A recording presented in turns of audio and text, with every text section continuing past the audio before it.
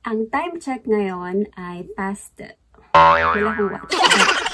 Ang time check ngayon ay past 2 a.m. I actually made a list ng mga kailangan i-pack for a short family trip, especially kung magsuswimming kayo. Uumpisa tayo sa swimsuits. Andito yung sa akin, and then andito naman yung sa asawa ko.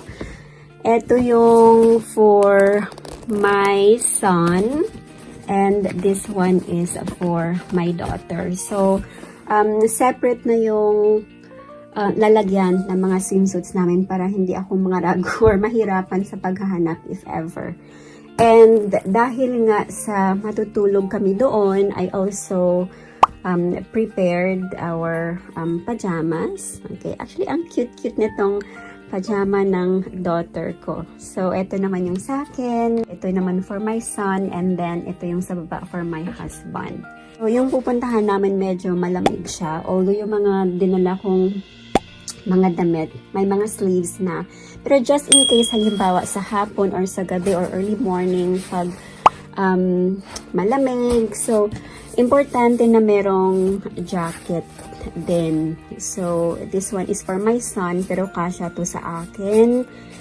So, we can share if ever kung sino yung lalamigin. And then, this one is for my daughter, pero kasya din to sa akin. Parang magkasing size na lang kasi kami. And, ito yung underwear namin sa lahat na nandyan. This one, gagamitin ko siya later para sa mga pampalit namin. Okay, and like I've said, since matutulog kami doon, although may pension naman, pero gusto kong magdala ng sarili naming blanket. Actually, magdadala din ako ng pillowcase. Hindi ko lang nakuha or na-prepare. Pero, just to be sure, na malinis yung blanket or pillowcase ng mga bata. Plastic bags for garbage and then for food garbage. And then, extra Ziploc bags lang. We also packed extra masks.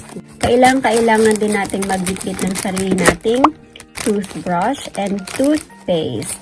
Okay, and ito yung interdental brushes ko na kailangan kong gamitin, and also the floss, lalong-lalo na yung husband ko. He always uses this one.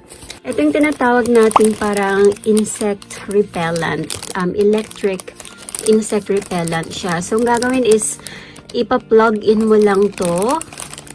And this can give you protection for up to 8 hours, lalo na sa gabi. Actually, up to 12 to 24 hours. Pero usually, yung setting lang namin is like 8 to 12 hours. Wet tissue, you know, just in case may mga punas-punasan or anything. Ito naman yung snacks for the family. So, etong cashew nuts, my favorite. Tapos, meron din ako ditong gums, Kopiko candy, especially for my husband, and chocolate and wafer snacks for the kids. By the way, eto siya. Medyo weird tong isang to kasi this is battery-powered panghuli ng lamok. Ipupush mo lang tong dalawang button na to sa magkabila. Sobrang annoying kasi ng lamok. Halimbawa, pag natutulog ka na tapos may maingay na lamok dyan sa tabi mo. And of course, meron kami ditong pamalit. Ito for my son. This one's for my husband. Ito naman for my daughter. And dyan sa baba for me. And of course, may kanya-kanya kaming towels. So, magbibitbit din po ako ng sarili naming towel. Ay! So, ito yung sunglasses ko. Mga first aid. Chirva. Bruises, muscle pain. Ito naman for general use and purposes kasi ito. This for boils, burns, chafing, etc. And maganda din to sa sunburn. So, since maliligo yung, magsiswimming nga yung mga bata, if ever may sunburn, or hindi kaya ito, yung dalawang to. Ito naman yung Burt's Bees for cuts or like insect bites din, if ever. And of course, bitbit na bitbit ko to lagi, yung white flour pag in case masakit yung ulo ko, muscle pain din, and everything. So, the rest ng mga nandito, mga toiletries na and skincare. And ito yung parang mini, like, first aid kit ko din. Ito yung shampoo namin. Kailangan po ng shampoo. Ito yung soap. Panghugas din ng kamay, in case.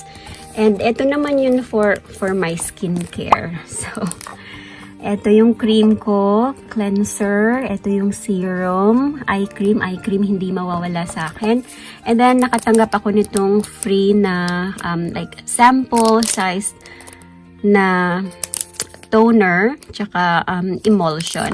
Verbena Deo Perfume. Actually, ang bango nito. Hindi siya sobrang strong, pero mabango siya. Nakaka-fresh.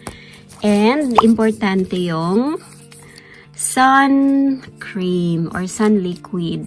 So, this one will be for the kids, my husband, tapos ako naman, ito yung gagamitin ko. So, I have these tissues and then kasama nito, ganyan. Okay. So, ito, of course, my potpourri, just in case kailangan magpupo doon. Hand cleanser, okay, or sanitizing gel or cleanser. Ito yung air cushion ko. Actually, medyo paubos na to. Mga 1 month na lang siguro to. Hindi ako nagmi-makeup talaga. But every once in a while, gumagamit ako ng mascara. Speaking of fragrance, yung dadalhin ko lang is itong dalawa. Yung maliit lang na bottle ng aking favorite Jo Malone perfume, wood sage and sea salt. Hindi po mawawala ang tissue. Hand tissue lang yung bit-bit ko kasi meron na kaming wet tissue. So, kahit na nasa bakasyon, importante pa rin na alagaan yung skin natin. So, ito yung gagamitin ko. Actually, ibibigay ko yung dalawa sa sisters-in-law ko. Ito yung sketchbook ng daughter ko.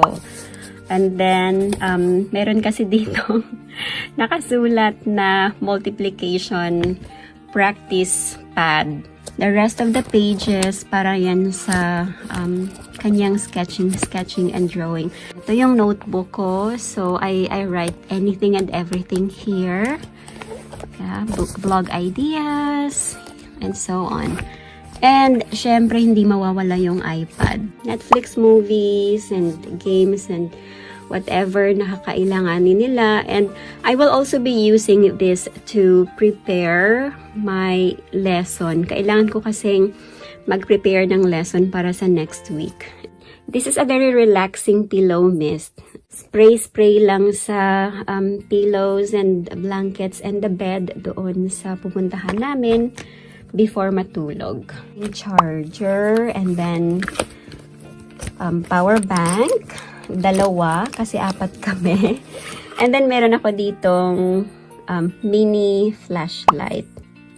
So, actually, hindi siya masyadong maliwanag. Okay, pero pag, syempre, walang ilaw, pwedeng-pwede na rin naman siya. And then, ito yung dadalhin kong shoulder crossbody bag. Andyan yung cards, cash, IDs, etc. Dito ko rin ilalagay yung phone ko. And ito yung main travel bag na gagamitin ko. This is from Coach. Actually, ano siya, sobrang, ano nito, super functional and practical ng bag na to. Ginagamit ko din siyang parang shopping bag. And then, meron akong extra na shopping bag dyan sa loob. Just in case, may mga kailangan kaming bitbitin. And, dapat may payong. Kahit isang payong. Maliban dito, magdadala din po kami ng foods. Pero sa foods naman kasi kahit ano, anything is fine. Barbecue, seafood, or anything. I hope na meron kayong natutunan sa video na to and nakatulong, lalo na sa mga kagaya din namin na nagbabalak, nagpaplanong magbakasyon. So, if you like watching this video, kindly give this a thumbs up. And kung hindi ka pa nakapag-subscribe, I hope that you consider subscribing to support our channel.